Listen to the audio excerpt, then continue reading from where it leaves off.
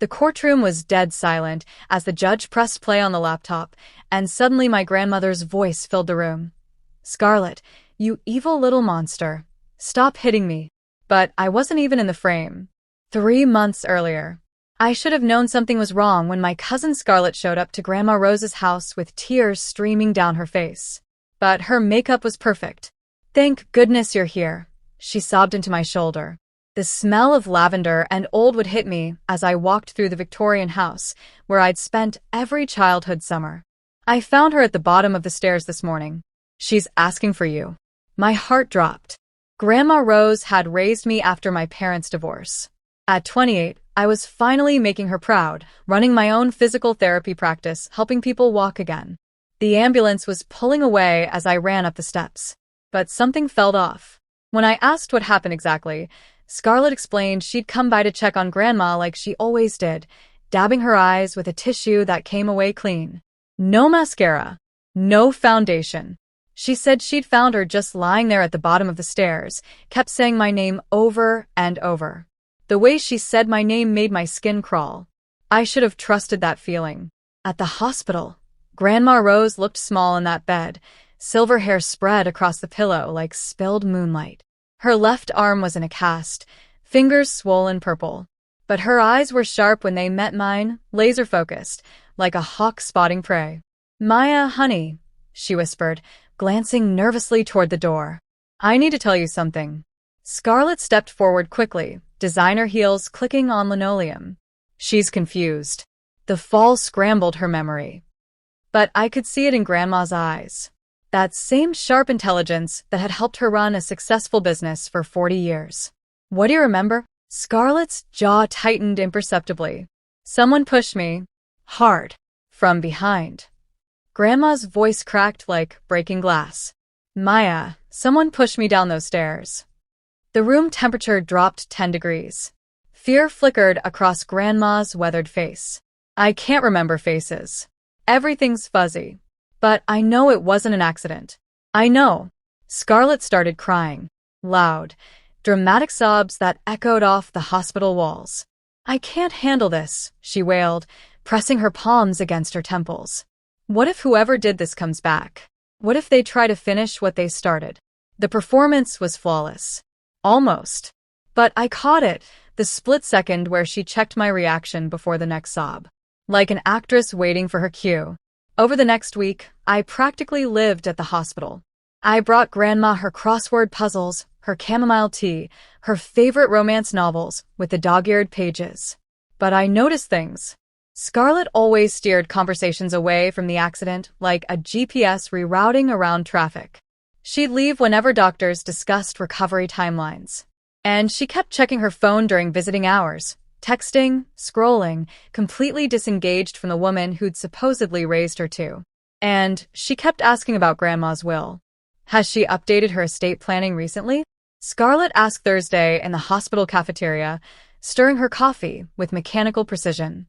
When I asked why, she didn't look up from her cup, claiming she was just thinking practically about ensuring everything was in order after this accident, in case something else happened. My chest tightened like a vice as I insisted nothing else was going to happen. "Just in case, Maya. Just in case." That's when I knew. Every instinct I developed as a healthcare professional, every red flag I'd learned to recognize in abusive situations, was screaming at me like a smoke detector.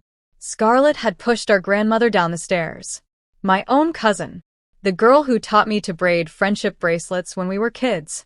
Who used to sneak me cookies before dinner. But why? The answer came when Grandma was ready to come home.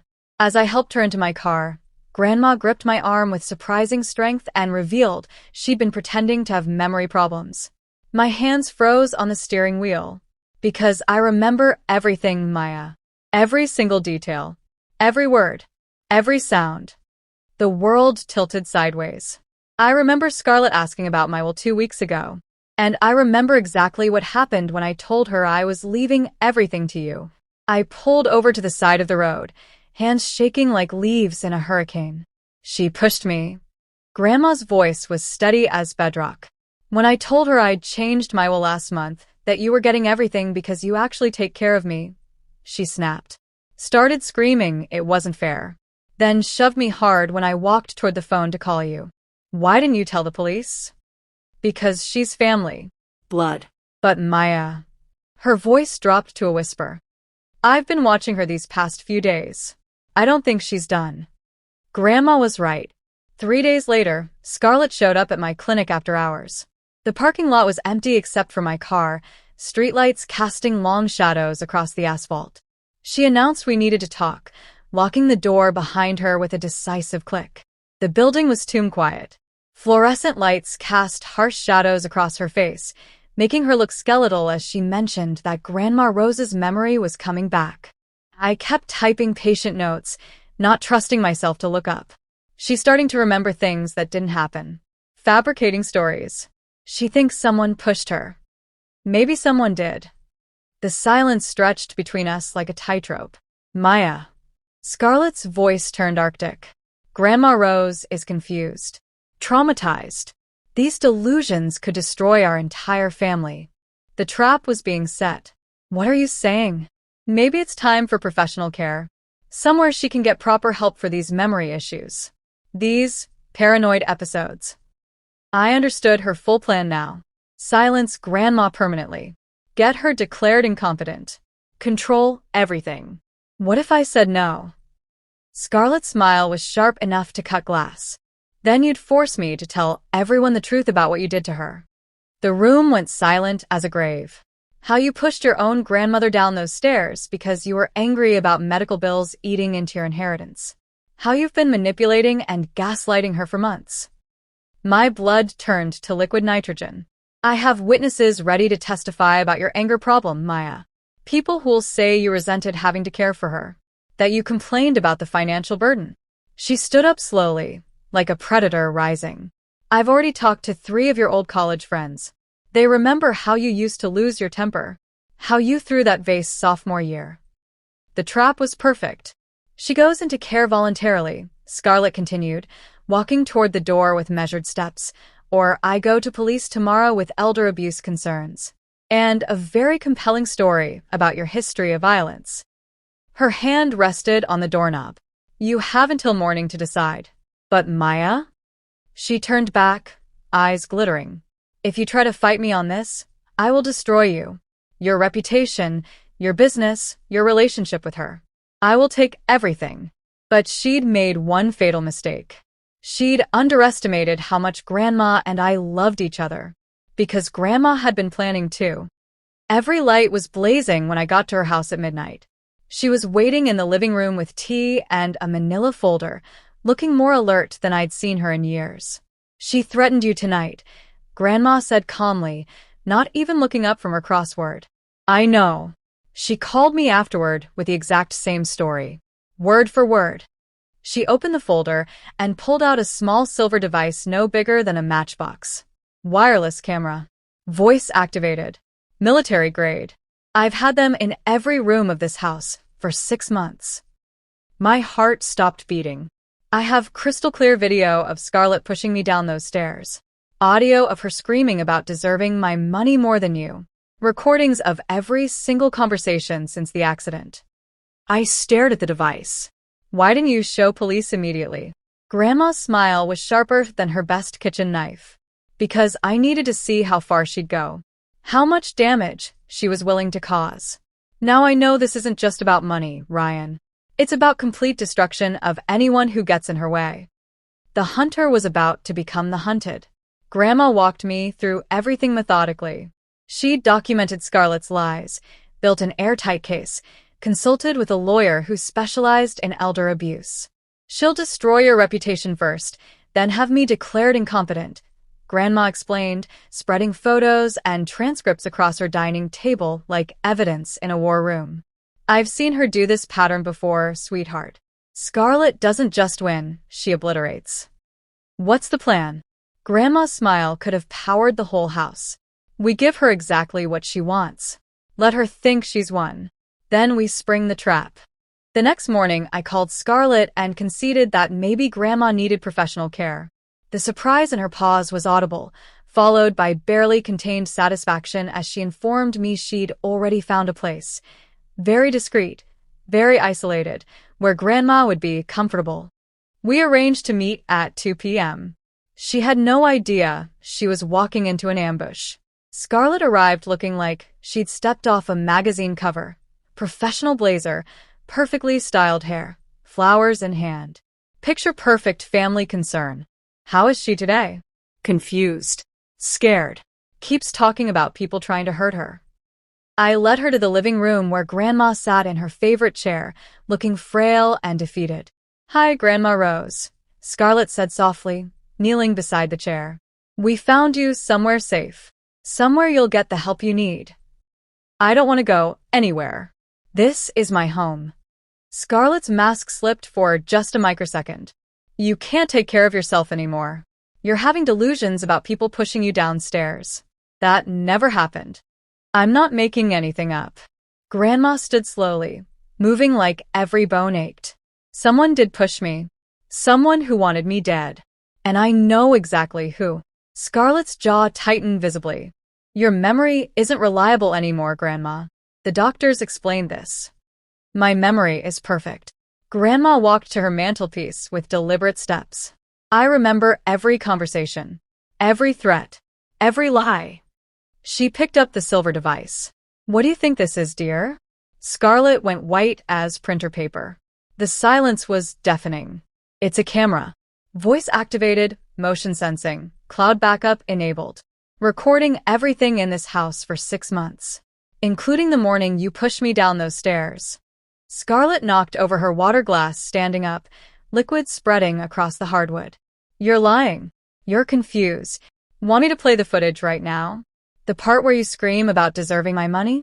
Or when you shove me and I fall?" Scarlett made one last desperate play. "Even if there was some accident, no one would believe a senile old woman over me. You're elderly, unstable, probably have dementia. I'm respected in this community. I volunteer at the Children's Hospital. I run charity drives." She stepped closer, all pretense of concern evaporating. "I have witnesses who'll testify Maya's been financially and emotionally abusive. So show your little video.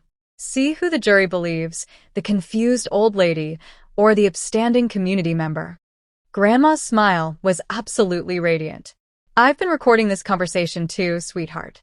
You just confessed to attempted murder on camera. Again." The trap snapped shut with brutal efficiency.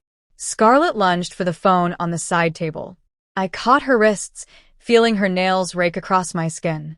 "Let go," she screamed, all composure shattered. Her face twisted with pure, undiluted rage. "She was going to give everything to you. After everything I've done for this family. You visited twice a year," Grandma said with deadly calm. "I loved her more than you ever could. I was the one who called every week, who listened to her boring stories, who pretended to care about her stupid garden. The poison poured out like a burst dam. You want to know why I pushed her? Because she said I was greedy and selfish, just like my worthless mother. Said I'd never amount to anything. Said you were the only real family she had left. So I showed the old bitch what I was capable of." The confession hung in the air like smoke. But Scarlett had one more card to play. Suddenly, she went completely still. The rage vanished, replaced by cold calculation. "It doesn't matter. None of this matters." She straightened her blazer with trembling hands. "I have friends in the DA's office. Connections throughout elder services. A 15-year reputation in this community. You have grainy home video and an old woman's increasingly unreliable word." She was absolutely right. "By the time I'm done, Maya will be facing criminal charges for elder abuse. And you'll be locked away in the kind of facility where no one believes anything you say." She walked toward the door with renewed confidence. "Enjoy your little recording. It's the last conversation you'll have as free people." But Grandma was still smiling. "Scarlett, wait. You mentioned your reputation. Your volunteer work at the hospital.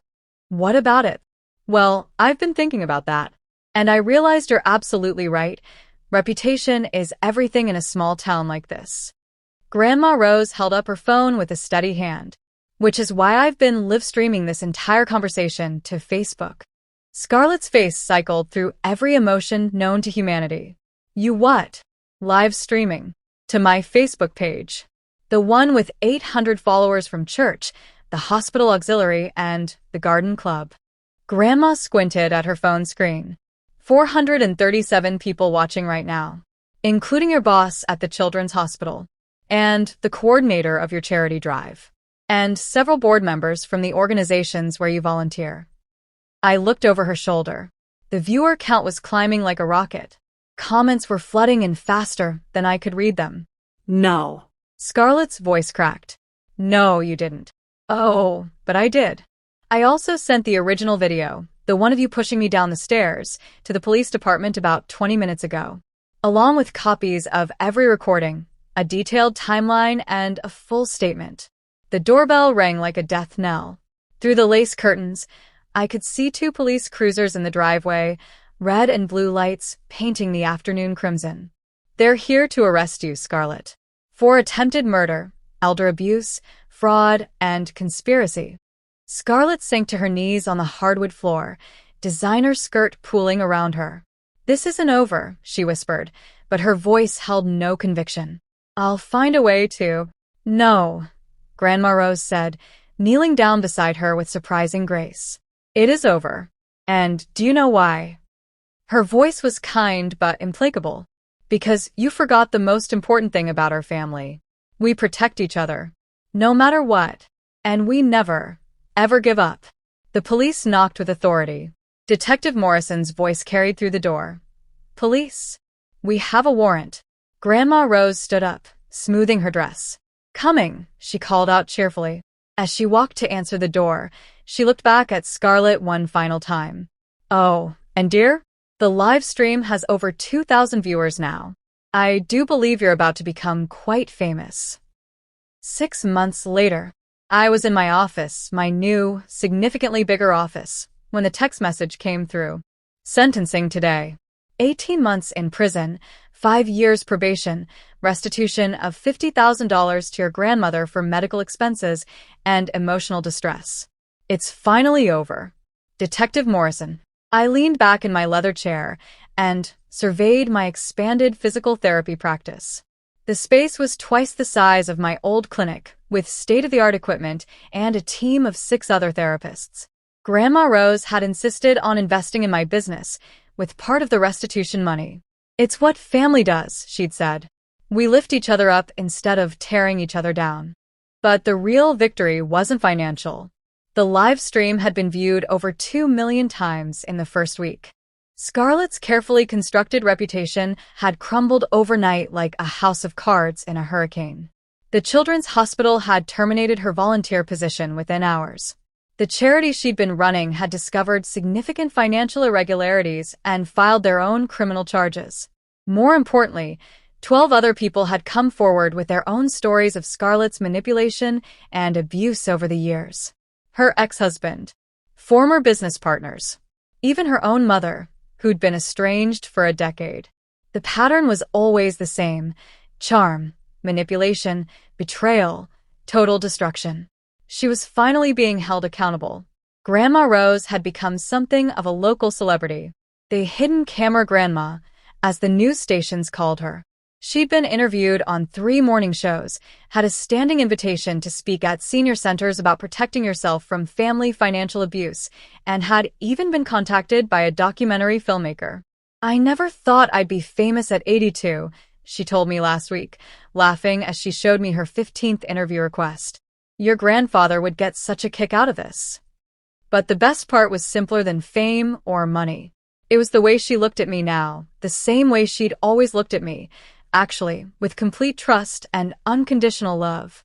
Scarlett hadn't been able to destroy that bond, no matter how hard she'd tried or how many lies she'd told. And I'd learned something profound. About family, about standing up for the people you love, about the difference between loyalty and enabling. Real family doesn't ask you to stay quiet about abuse.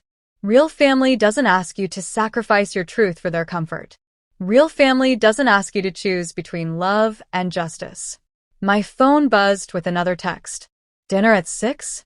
I'm making your favorite pot roast. The one with the little potatoes you love. Grandma. I smiled and typed back. Wouldn't miss it for the world. Some stories don't end with dramatic revenge or explosive confrontations. Sometimes they end with something quieter, but infinitely more powerful. Sometimes they end with healing. As I locked up the clinic and headed to my car, I thought about Scarlett sitting in her prison cell, probably still believing she was the victim in all of this. Still convinced she'd been treated unfairly, that the world had conspired against her. But I also thought about Grandma Rose, safe in her own home, surrounded by friends who believed her and supported her, planning her next speaking engagement, tending to her prize-winning flower garden, living without fear for the first time in months. That's the real revenge. Not destroying someone else's life out of spite, but refusing to let them destroy yours. Not becoming the monster they tried to make you into. Not letting their poison turn your heart bitter and cold. The best revenge is healing. It's building something beautiful from the wreckage they left behind. It's choosing love over hatred, truth over convenience, justice over petty revenge. It's proving that no matter how dark someone else's heart might be, they can't extinguish the light in yours. And sometimes, if you're very lucky, you get to do it surrounded by the people who matter most. I pulled into Grandma Rose's familiar driveway and saw her waiting for me on the front porch, waving with both arms now. The cast long gone, her strength fully returned. "How was your day, sweetheart?" she asked as I walked up the steps that had once nearly been the scene of her murder. "Perfect," I said, giving her a hug that lasted just a little longer than usual. Absolutely perfect. Because it was.